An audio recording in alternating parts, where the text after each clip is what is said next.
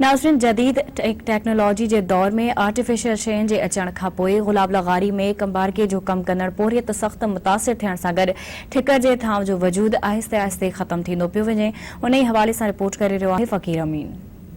नाज़रीन, असीं मौजूद आहियूं हींअर गुलाब लगारी शहर में ऐं कुंभर जे पाड़े में, जिथे आवी आहे कुंभार पंहिंजो कमु कनि था। ही तारीख़ी कमु आहे जंहिंमें मुख़्तलिफ़ थांव ही जोड़ींदा आहिनि, जंहिंमें मट, दिला, दांगियूं, थोबियूं, करा, चिलेमचूं, सुल्फियूं ऐं इन खां अलावा बि काफ़ी सारियूं शयूं आहिनि जेके ही ठाहींदा रहनि था ऐं चिट साली सां ॾाढो ख़ूबसूरत इन्हनि खे कनि था। वॾी महिनत आहे, पर हिन टेक्नोलॉजी जे दौर में इन्हनि शयुनि जी अहमियत हाणे छा आहे, वधीक इन्हनि खां पुछूं था त ही इन्हनि जो चवणु छा आहे। अॻे हलंदो चाहत हूंदी, हाणे कूलर निकिरी विया आहिनि, दांगी जी जॻह ते तओ निकिरी वियो आहे, उहो मान कोन्हे, इज़त मान कोन्हे। इहो सूर खाइण मिड़ई वेठा गुज़ार करियूं। अॻे हथ पातो माण्हू ईंदा इज़त कंदा वेंदा हुयूं किथे मथे, हाणे उहो कोन्हे, हिते मिड़ई वेठा गुज़ार करियूं। लॉकडाउन इहे लॻाए पिया वेठा आहियूं हड़ा करे। ही आवी आहे जंहिंमें थांव पचाईंदा आहिनि, थांव पचाए तयारु करे चिट साली करे पोइ मार्केट में आणींदा आहिनि। मिटी ते वॾी महिनत कंदा आहिनि। मिटी तमामु परे खां हिननि जी ईंदी आहे, आम मिटी कान्हे, जंहिं ते छाणे साफ़ करे वॾी महिनत करे पोइ कमु कंदा आहिनि।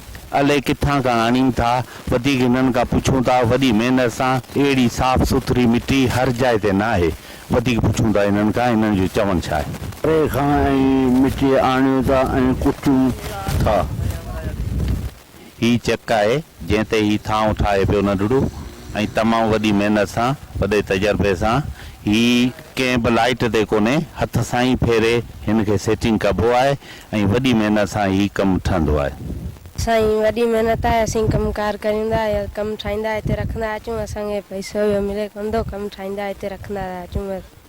हिन में हाणे जेको माना तिरापटी काई कोन्हे, मिड़ई विया सूर खाऊं, मिड़ई गुज़ार पिया करियूं। बाक़ी ॿियो माना मज़ूरी बि सही जॻह कीअं का उहा मिले कोन्हे। सूर खाई खाई माण्हू ज़लील थी विया। हिननि जो चवणु आहे त जी टेक्नोलॉजी वधी आहे, हाणे कूलर अची विया आहिनि त दिले जो मान ख़तमु थी वियो, मट जो मान ख़तमु थी वियो ऐं टांकी जो मान ख़तमु थी वियो। इन लाइ त उन जाइ ते तओ अची वियो आहे ऐं हीअ असांजो क़दीमी धंधो आहे, ॾाढी महिनत सां आहे, वॾी जिदोजहद सां आहे। असांखे लतीफ़ बि चयो आहे त निहाई खां नी सिख मुंहिंजा सिखरी, सड़े सारो ॾींहुं ॿाहिरि बाप न निकिरे। सो इन वांगुरु असां सॼो ॾींहुं सड़ूं पचूं था, मगर असांखे उहा मज़ूरी नथी मिले।